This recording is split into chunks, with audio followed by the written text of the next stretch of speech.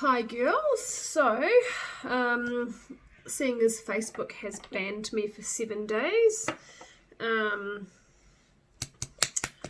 for saying that if a political post could be taken down off the whole of social media in 24 hours, then why can't they take down child trafficking sites as well, which the whole lot of us are reeling about, because why wouldn't we be? So anyway, I was banned for that comment, which is marvellous. It just goes to show Facebook priorities. Anyway, I'm doing a YouTube video instead today, and hopefully somebody gets to see something. So I'm going to start off with just doing a few little tips and tricks for our age group. So I'm starting with a primer. So this is our blurring primer, which is particularly good for this age group because it kind of blurs out some of those skin discrepancies. So if you've got lots of discoloration in your skin like I do, broken capillaries, all that sort of thing, just kind of gives it a bit of a blur out over top of that, and then it acts as a base for your makeup. So I like to explain it the way me and my sister do, because she's an actual painter by trade. So she's an actual painter, house painter, and she says, but your paint jobs and my paint jobs are pretty similar, because first you've got to wash away all the cobwebs and all the gross stuff, and then you've got to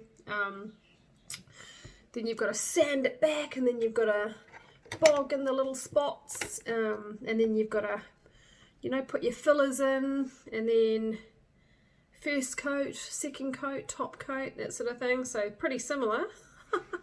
So quite funny. So this blurring primer is literally for just creating a base for your foundation where any of those pits and grooves will kind of be evened out a little bit.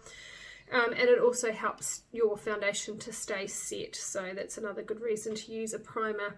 So I've started off with our Flawless serum. Now I tell my girls always to have 2 foundations during the year, because you have a winter colour and you have a summer colour, but you always have a transition in and out of those seasons. So right now I'm in winter and I'm usually quite fair, but I've noticed that I'm needing a little bit more colour as well.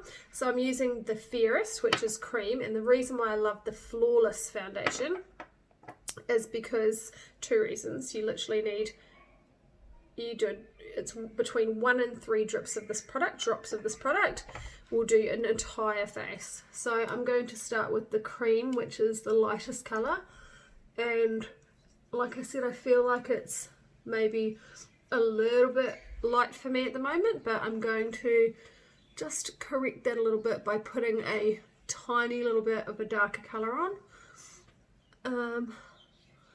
Also, what I love about Flawless is, as long as your skin does need to be hydrated, I must tell you that, because any foundation going on top of the skin that's not hydrated is going to, especially in our age group, is going to give you a bit of a dragon effect, where you'll have foundation sitting on top of dry skin, which is not particularly lovely.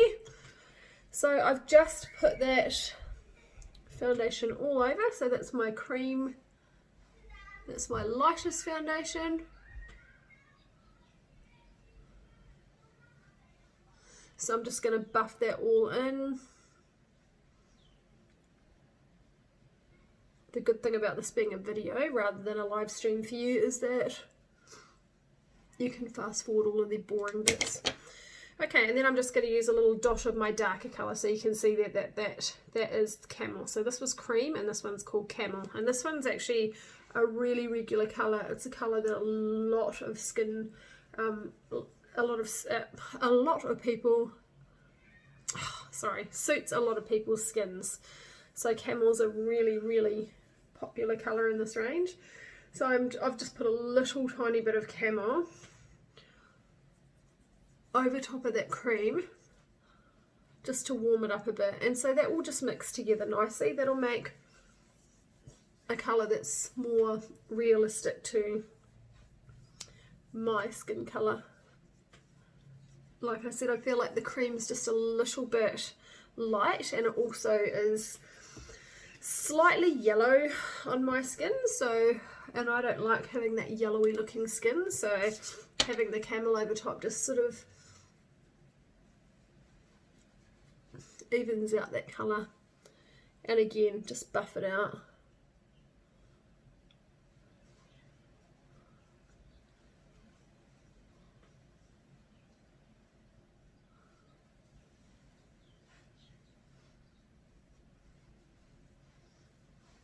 Okay, once that's all buffed out nicely,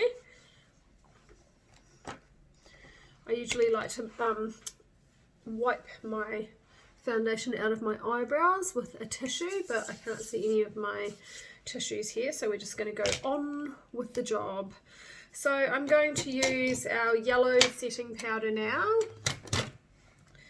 And what I like about this yellow setting powder is obviously it's one of my favourites. It's a neutraliser of all things red, so broken capillaries, any sort of pimples or red marks anywhere. That just neutralises out that red, it helps to minimise any redness, so quite good for rosacea, anything like that. Now, if you've got problems with dark circles under the eyes, this is a good one. Now this is a bit of a mess, this palette, sorry. It needs a bit of a clean up. But these colours will help you with all of that. So, the orange, the peach, is for dark circles under the eyes, so any dark circles under the eyes, the peach is going to help neutralize that. The green is for redness, so broken capillaries, again any rosacea, that sort of thing, that neutralizes the redness. Then you've got your three concealers that you can use for contouring and concealing, and just use the colors to make up your own skin color if you like. Obviously that's my skin color, which I use the most, but this one's a brightener, and then you can use the other one for a like a contour if you like, just to use up all your colours. So if you've got dark circles under the eyes, you'd start with a bit of the peach. You only need the tiniest little dot of that, so just dot, and even that's probably too much, so I'm just going to put it on my other finger as well, just in case I don't want too much of that on. And you're just going to go around wherever you see the darkness. You've always got a bit of darkness in the inner corner of the eye there, because bit of a vein that runs through there, and it creates a bit of a bluey kind of tinge in there, which can make you look a little bit tired if you know, if you show through on that part of your skin like I do. So I just like to neutralize that with a bit of peach, and then just press it in. It's nice just using your own body temperature of your fingers to press it in rather than a brush.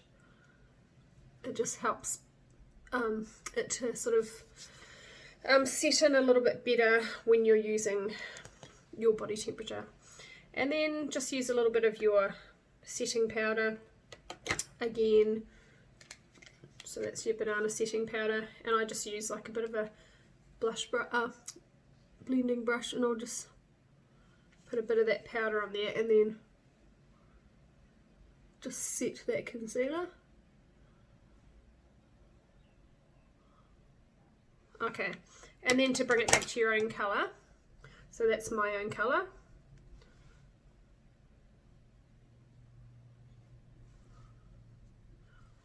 Just conceal over top of that. And the concealer that you've already put on, which is the peach, it's not going to go anywhere because you've already set it. So it's done its job, it's covered up those dark circles, then you've set it, and then you're putting your true colour, skin colour, underneath your eye area. What I love about these concealers is they're not really thick and heavy, so they don't pull into lines under your eyes, lines and wrinkles, so that's quite good. And then I just like to use a little bit of powder and set that again.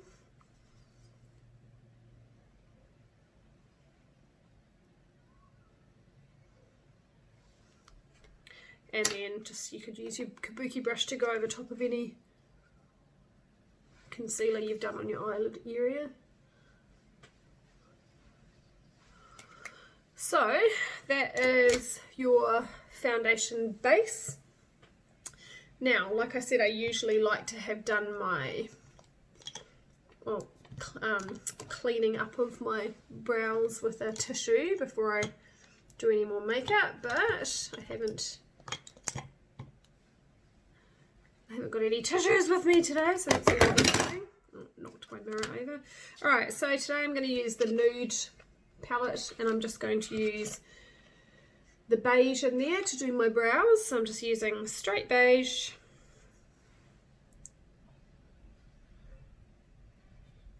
Just brushing a bit of that colour through the gaps in my brows. So I've already got a shape that I can follow.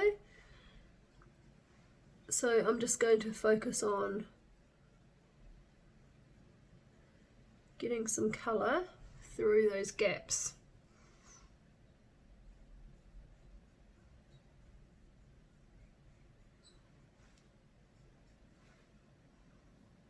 If you're darker than my brows, you might like to use beige with a tiny little dot of black in it, just to make that a little bit darker. But just be careful not to be too dark unless your eyebrows are usually really black.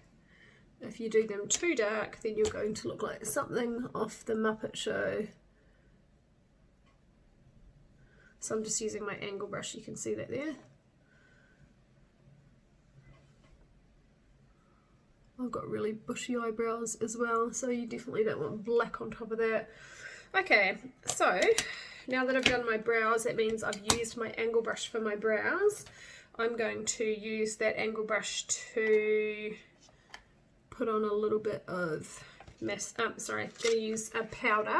I'm going to use my angle brush to create some eyeliner. So I'm going to use a dark brown, actually I might use even the darker brown down here to do some eyeshadow. Powders are quite good, especially if you're somebody who gets watery eyes, because if you get quite watery eyes, your makeup can travel. If you don't have a really good waterproof eyeliner, your makeup can end up getting a bit of moisture in it and then travelling down your eye area. And of course nobody tells you, do they? Nobody tells you when you've got mascara or eyeliner running down your face. You generally find that out when you look at yourself in the mirror in the car on the way home, or if you just happen to go to the bathroom at some stage during the day, and then you get the nice whole panda eyes that nobody's told you about because they're so polite. Cool, so I just put brown pigment. So like I said, I've just used the angle brush and the brown out of this palette as well. And I'm just going with brown because it's a little bit softer. I feel like a little bit of a softer look, then it's a good colour. And then I might just use this brown here. This nude palette's good because you've got so many neutral colours, but you've also got some nice shimmers in there as well. So I'm just using a bit of that brown for a background colour. I put some on my blending brush and I'm just dusting it off. And then I'm going to put that in as a bit of a background colour there.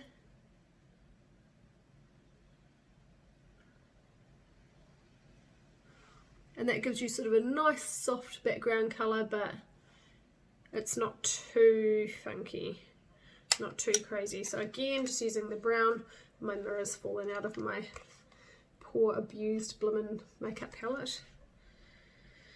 Eyeshadow palette, just using that brown again, just putting a little bit into the background there. Onto that crease, you go round and round, backwards and forwards, so in circular motions, backwards and forwards. Hold your brush at the end, loose, sort of loose wrist, nice fluid movements to create the nicest blend of your product.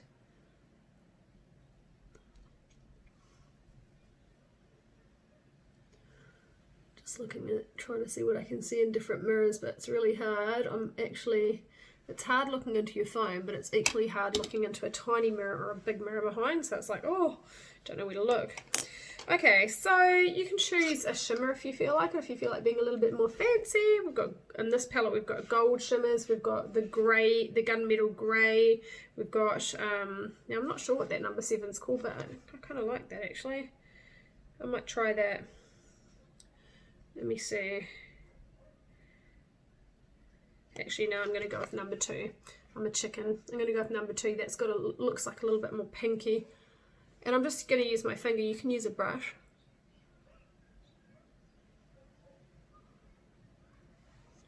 Yeah, that's just kind of almost champagne-y coloured. So for our age group, you certainly can use shimmer. If you don't want to have your eyelids looking too shimmery, you could just focus on the center part of your eye. Just put a little bit in the center and leave the outsides free. But I'm doing the whole lot because it's not really a very outrageous colour.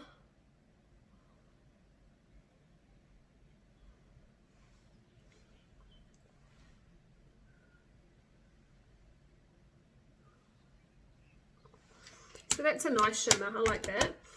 Okay, so I'm going to use a grey eyeliner rather than a black because, like I said, I'm kind of sticking to less fierce colours. And I'm going to do the waterline with that. The waterline is that bit of fleshy looking wet line underneath in your actual eye. And it can be a bit uncomfortable to put on. But it just helps your lashes to look more dense because you take away that kind of flesh colour out of your eye, which sounds disgusting, but that's kind of what it is and what it looks like. So when you actually draw a colour on that, it just creates a more dense look in your lash line, so just makes your lashes look closer together. Now, I know I've already put on the brown eyeshadow for an eyeliner, but if you just do want a nice black eyeline and you don't want it running down your face, you could use a waterproof eyeliner. And in our age group, I'm 44 this year, and anything above that, I reckon your eyes start getting a bit ooh when you're trying to do your makeup. Mine are already doing that. A trick is just to go bit by bit along your waterline, along your lash line. Keep as close to your lash line as possible so you don't end up with a big, huge, outrageous black line across your eye that you can't fix. And that will just give you a nice, really nice, thin and precise black line. Again, flat.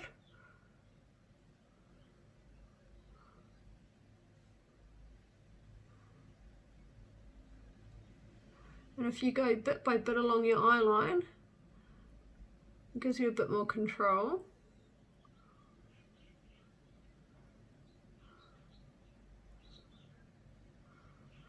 And helps you not to overdraw that eyeliner. So, and then obviously if you want a little bit more zhuzh with that eyeliner, you can roll that eyeliner up a little bit more and make that line a little bit thicker, but it's up to you how brave you are. If you're feeling brave and like you're not going to make uneven lines, then go for it, but this is just a safe way to do waterproof liquid eyeliner. So I'm just going to put on a bit of mascara. The only thing I would say as a trick for mascara is, I know that lots of people put their mascara on one eye, then they do the other eye, and then they come back and do this eye again. But for me, I like to do my 2 coats at the same time because you're putting wet mascara on with wet mascara. If you do one eye and then the other eye and then come back, you risk this eye having dried up a little bit, and then when you put your mascara on for the second coat, it can, not always, but can end up looking a little bit clumpy, which is not the look we want. Excuse me. So I'm going to do the same thing for this eye. This is just a really basic makeup.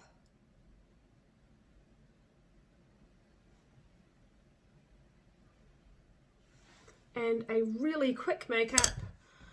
And I'm just going to dunk that in again. Remember with mascara, you put your wand in and just twist it around rather than pumping. If you pump it, you're going to force air into it and dry it out quicker.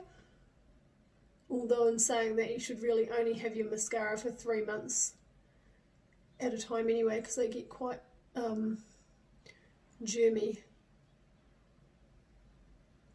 Okay. So now it's totally up to you if you want to put a bit of mascara on your bottom lashes as well. Sometimes I do, sometimes I don't. If I'm feeling particularly tired, I won't, because it makes my eyes look more dragged down. But for argument's sake, I'm just going to do it today. If you like a little bit of mascara, no matter how tired you are, maybe you just put a little bit on the outside lashes. I always find that, like what I'm doing right now, I always find that when I put mascara onto all the way across my bottom lashes, I feel like they look a bit spidery, which I kind of feel like now. My bottom lashes are just longer than my top lashes, well, they feel longer than my top lashes, which is weird. So I always think it makes it look like spider legs when I put mascara all the way across. And then, of course, yeah, it does. See, I don't usually do my inner lashes there because I think it looks like too much. But then if you're putting it on the bottom, I think it's probably better, even though I just told you that I don't do this, I think it's probably better to have it thickened at the top so you still look like you've got the thicker layer on the top eyelashes rather than the bottom, because you just don't want that whole look of your eye makeup being dragged, sort of dragging your face down. Really, actually, I just, usually, like I said, I don't do all the way across my bottom eyelashes, and it's for that exact reason.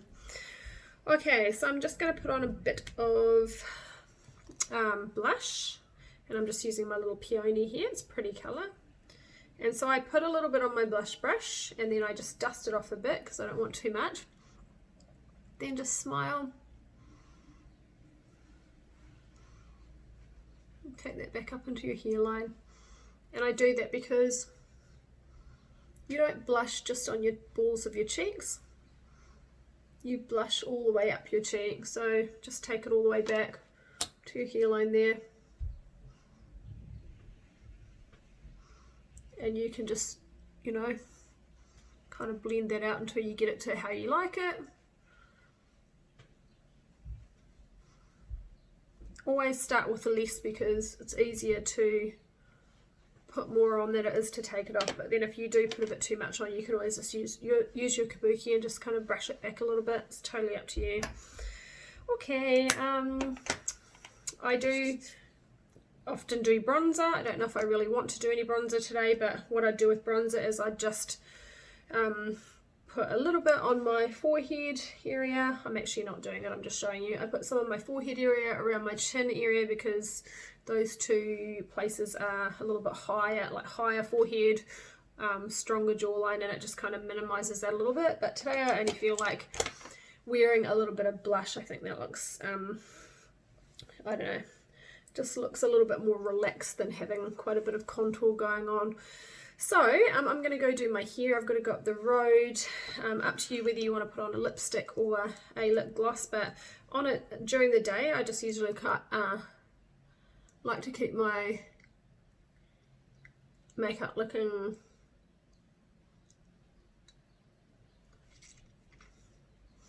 like day makeup. So a little bit of lip gloss for me is heaps. Okay, hopefully that's helped you just understand how to put on just a nice basic day makeup, and I'll do the next one I do. I think I'll do a nighttime makeup so that we can have a little bit of fun and do something a little bit more grrr. Okay, hope this has helped you. If you want any tips or tricks on any other things to do with makeup, if you want any skin